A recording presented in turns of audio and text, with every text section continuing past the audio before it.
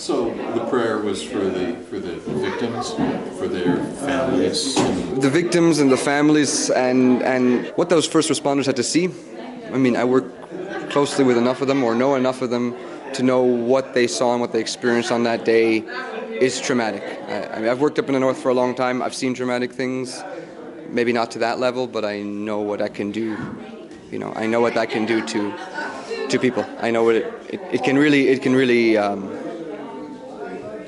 hurt you in a way. And I saw also that this is a tragedy that's kind of struck the whole community. We've had other tragedies recently as well, and people are really broken up. People are really, it's like the emotion has been squeezed out of you. You know, you're just kind of walking around and then just there's this moment and it just sort of hits you. You know, it's no one's unaffected by it, right? And my biggest worry is that people are just going to try to ignore it eventually. Like, it's move on, move on, move on, move on. You saw that a little bit with the evacuation, that kind of attitude is like, everybody came back like, oh, we're so traumatized from this evacuation, so traumatized from what happened. And then it was like, all right, let's move on from it. Let's just not talk about it anymore. And that's my big worry, because we need to talk about it. We need to be together in community. We need to sit with each other.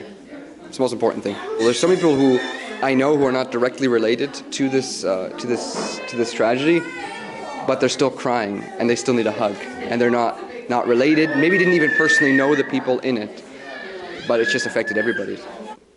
You know, this town just keeps getting hit by one tragedy after another and one traumatic event after another, and yeah, it catches up with you.